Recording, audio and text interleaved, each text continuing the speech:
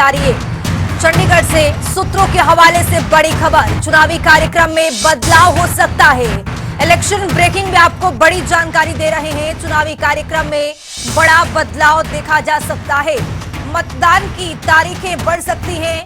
आपको बताते चले कि चुनावी कार्यक्रम में बदलाव हो सकता है। 7 से 8 अक्टूबर को मतदान हो सकता है। सूत्रों की हवाले से ये बड़ी जानकारी आपको दे रहे हैं। इलेक्शन कमीशन की ओर से मंगलवार को यह अंतिम फैसला लिया जाएगा। देखना दिलचस्प होगा कि मंगलवार को क्या कुछ इसमें फैसले निकल करके सामने आते हैं। आपको बता दें कि मोहनलाल बड़ौली ने पत्र लिखा था इलेक्शन कमीशन को। अभय चौटाला ने भी पत्र लिख करके मांग की है कि इस तारीख को आगे बढ़ाया जाए। मतदान की तारीख आगे बढ़ाने की मांग की गई है। तो आईएनएलडी के प्रमुख की ओर से भी मांग की गई है। बीजेपी के प्रदेश अध्यक्ष ने भी मांग कर ली है। तो वहीं आपको बता दें कि चुनावी तारीखों का जिस तरह से यहाँ पर ऐलान हुआ था 1 अक्टूबर को, लेकिन इस तारीख को आगे बढ़ाने के लिए बीजेपी के प्रदेश अध्यक्ष आईएनएलडी के प्रमुख ने भी, अभय चौटाला ने भी यहाँ पर पत्र लिख करके मांग किया है कि जो ये डेट है, जो ये तारीख है, उस ये तारीख को आगे बढ़ाने की यहाँ पर मांग की गई है। मंगलवार को इसमें बड़ा फैसला आ सकता है। देखना दिलचस्प होगा कि मंगलवार को क्या कुछ इलेक्शन कमीशन की ओर से क्या कुछ निर्णय लिया जाता है इस पूरे मामले में। तो मतदान की तारीख आगे बढ़ाने की मांग की गई है। बड़ी जानकारी आपको इलेक्शन ब्रेकिंग में दे रहे हैं चंडीगढ़ से।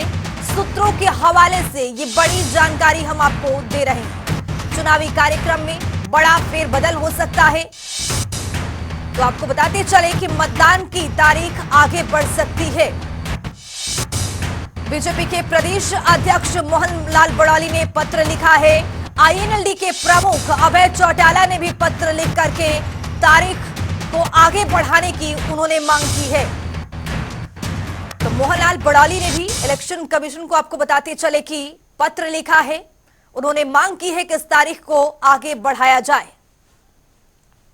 इसी खबर पर ज्यादा जानकारी के साथ चंडीगढ़ से हमारे वरिष्ठ सहयोगी पवन सिवर जुड़ चुके हैं।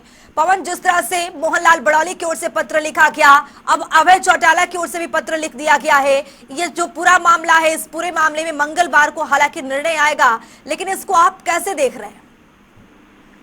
देखिए, हरियाणा में 1 अक्टूबर को विधानसभा चुनाव की तारीख तय हुई थी। भारत के चुनाव आयोग ने 16 अगस्त को प्रेस कॉन्फ्रेंस की थी और जम्मू कश्मीर और हरियाणा में विधानसभा के चुनाव का ऐलान किया था।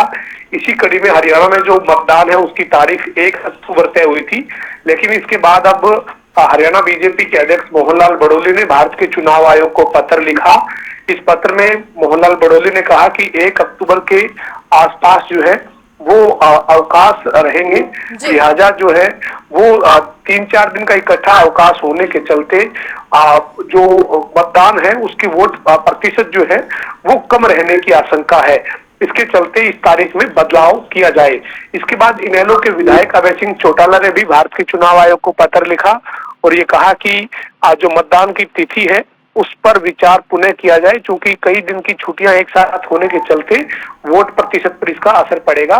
लिहाजा अब इस मामले में भारत का चुनाव आयोग मंगलवार को अंतिम फैसला करेगा कि जो ये मांग की गई है इस मांग पर चुनाव आयोग का क्या पक्ष है। लेकिन सूत्रों की माने तो हरियाणा में विधानसभा चुनाव की जो तारीख है उसमें बदलाव हो सकता है।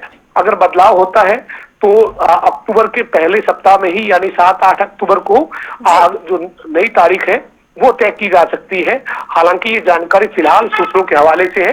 अंतिम फैसला भारत के चुनाव आयोग को ही करना है। जी बिल्कुल, जिस तरह से पवन जी कल ये जानकारी मिले कि मोहनलाल बड़ौली ने भी पत्र लिख दिया है इस मामले को लेकर, अभय चौटाला ने भी पत्र लिख दिया, तो यहाँ पर सियासी घमासान देखने को मिला। दीपेंद्र हुड्डा से लेकर के भूपेंद्र हुड्डा तक के उन्होंने ये कहा है कि बीजेपी लगातार घबराई हुई है इस चुनाव को लेकर के, इसीलिए वो चुनाव आयोग की ओर से फेरबदल की यहाँ पर मांग कर रही है। इसको कैसे देखा जाए?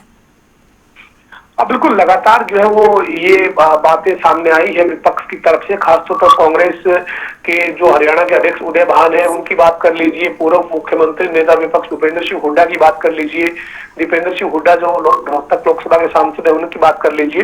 इन नेताओं का ये कहना था कि 1 सप्ताह हो चुका है चुनाव घोषित हुए, अब बीजेपी के नेताओं को ये याद क्यों आ रहा है कि छुट्टियां हैं इसी के चलते मतदान प्रतिशत जो है वो कम होगा। उनका ये कहना था कि जो बीजेपी के नेता इसकी मांग कर रहे हैं, ये इनकी चुनाव में घबराहट है। चुनाव में बीजेपी को जो नतीजा है वो दिखने लगा है, इसी के चलते ये बहाने जो है वो बनाए जा रहे हैं। इस तरीके से कांग्रेस के नेताओं की प्रतिक्रिया आई थी। यानी स्पष्ट है कि कांग्रेस बीजेपी के या फिर इनेलो के इस मामले में साथ नहीं है। कांग्रेस नहीं चाहती कि तारीख में किसी तरीके का बदलाव हो, लेकिन बीजेपी ने शुरुआत इसकी की। मोहनलाल बड़ौली जो प्रदेश के अध्यक्ष है, उन्होंने पत्र भारतीय चुनाव आयोग को लिखा।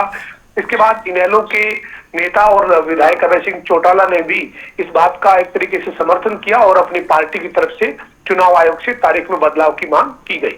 जी पवन सिंह जी, जिस तरह से देखा जा रहा है कि एक तरह से यहाँ पर दोनों पार्टियों की ओर से रुख साफ हो गया है, इनेलो ने भी अपना रुख साफ कर दिया है, लेकिन इन सब चीजों पर क्या जेजेपी की ओर से कुछ कहा गया हो, कुछ बयान निकल करके सामने आया हो? देखिए, जननायक जनता पार्टी का सीधे स्पष्ट तौर पर इस मामले में अभी कोई ऐसी बयान या ऐसी कोई जानकारी उनकी तरफ से नहीं आई है, लेकिन ये जरूर है कि जननायक जनता पार्टी विधानसभा चुनाव से पहले ही एक तरीके से बिखरी हुई है, क्योंकि जब से गठबंधन टूटा, गठबंधन टूटने के बाद लगातार बड़े बड़े नेताओं ने पार्टी को अलविदा कह दिया। अभी भी जेजेपी के 2-3 विधायक जो हैं वो इस्तीफा दे चुके हैं, उनकी अलग अलग पार्टियों में जाने की जो है वो चर्चाएं हैं।